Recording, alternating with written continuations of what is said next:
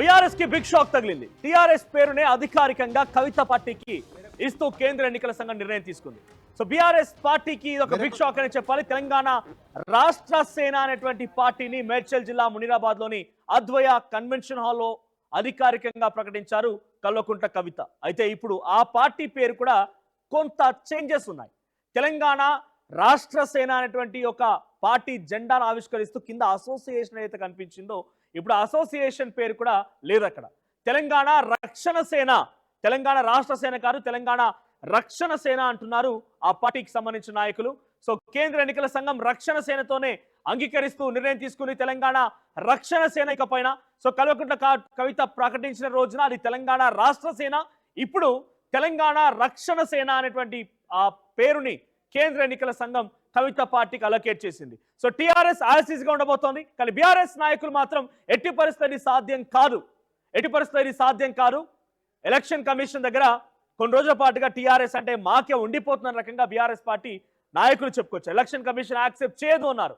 కొంతమంది తెలంగాణ రాజ్య సమితి పేరిట, తెలంగాణ రక్షణ సమితి డెమోక్రటిక్ పేరిట పలు రాజకీయ పార్టీలు నరాల సత్యనారాయణ, తుపాకుల బాలరాజ్ ఇలాంటి వాళ్ళు కూడా తెలంగాణ పేరు మేము టీఆర్ఎస్ పార్టీగా ఉన్నాం, సో టీఆర్ఎస్ పార్టీ కవితకి అలర్ట్ చేస్తారని చెప్పి వారంతా ఎలక్షన్ కమిషన్ వరకు వెళ్తామని కొన్ని లేఖలు రాసుకొచ్చారు, బహిరంగంగానే మాట్లాడారు కూడా. ఇటు ఎట్టకేలకి కవిత తన పంతం నెగ్గించుకున్నారు. బట్ స్లైట్ చేంజెస్ తో తెలంగాణ రాష్ట్ర సేన కాదు, తెలంగాణ రక్షణ సేన ఇప్పుడు. సో ఒకసారి ప్రతినిధి మధు నరసిద్ధంగా. మధు, సో తెలంగాణ రాష్ట్ర సేన కాస్త తెలంగాణ రక్షణ సేనగా మారిపోయింది. సో తెలంగాణ రాష్ట్ర సేన కింద అసోసియేషన్ అటువంటి పేరు కూడా ఇప్పుడు ఎత్తేసినట్టు తెలుస్తోంది.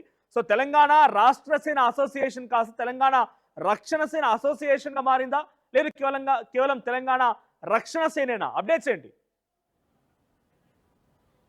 ఎగ్జాక్ట్లీ ఎలక్షన్ కమిషన్ క్లారిటీ ఇచ్చినట్టుగా తెలుస్తూ ఉంది. ఆ కవిత పార్టీకి 25న అనౌన్స్మెంట్ చేశారు కాబట్టి దీంట్లో మొత్తానికి తెలంగాణ రక్షణ సేన అంటే మొదటి నుంచి అనుకున్నటువంటి వర్డ్ టీఆర్ఎస్. ఆ టీఆర్ఎస్ అనేటువంటిది వెరీ పవర్ఫుల్. తెలంగాణ ఉద్యమ సమయం నుంచి తెలంగాణలో ఒక బీఆర్ఎస్ 2 సార్లు అధికారంలోకి రావడానికి టీఆర్ఎస్ఏ తోడ్పాటు అయినటువంటి పరిస్థితి. ఆ పేరే చాలా పవర్ఫుల్. గ్రామంలో ప్రతి ఒక్కరికి నోట్లో మెదిలేటువంటి వర్డ్ టీఆర్ఎస్. దానికోసమే ఇంత పెద్ద ఎత్తున పోటీ ఉంది. అసలు టీఆర్ఎస్ నుంచి బీఆర్ఎస్గా మారగానే టీఆర్ఎస్ పైన అనేక మంది ఫోకస్ చేశారు. దీనిలో భాగంగానే ఇందాక మనం మాట్లాడుకున్నాడు తుపాకుల బాలరాజు కావచ్చు, నరాల సత్యనారాయణ కావచ్చు, వీళ్ళంతా కూడా డైరెక్ట్గా టీఆర్ఎస్ పేరు వచ్చేలాగానే అదే రిఫ్లెక్ట్ అయ్యేలాగానే అదే పేరు రిజిస్ట్రేషన్ చేసుకున్నటువంటి పరిస్థితి ఉంది.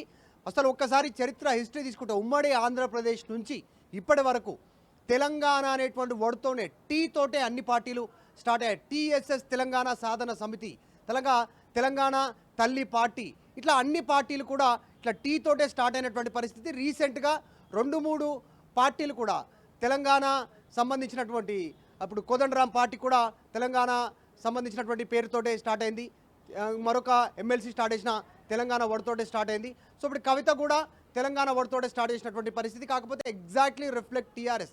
జెండా కలర్ వేరు, కాస్త సిద్ధాంతాలు వేరు, కానీ పేరు మాత్రం అదే టీఆర్ఎస్.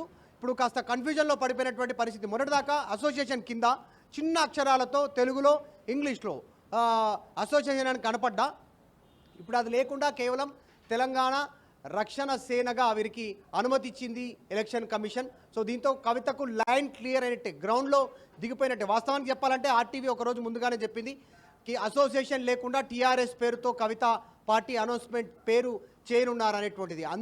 అనుకున్నట్టుగా అయితే మే 2కి ఆమె మీడియా సమావేశం పెట్టాలి. ఒకవేళ ఈ రోజు వచ్చింది కాబట్టి ఈ రోజా రేపా ఎల్లుండి పెడతారా అనుకున్నట్టుగానే మే 2కి పెడతారా? తెలంగాణ రాష్ట్ర సేన అసోసియేషన్ కాస్త తెలంగాణ రక్షణ సేనగా మారింది. టీఆర్ఎస్ వాళ్ళు అనుకున్నట్టుగానే కవిత పంతం నెగ్గించుకున్నారు, టీఆర్ఎస్ గా వచ్చేసింది.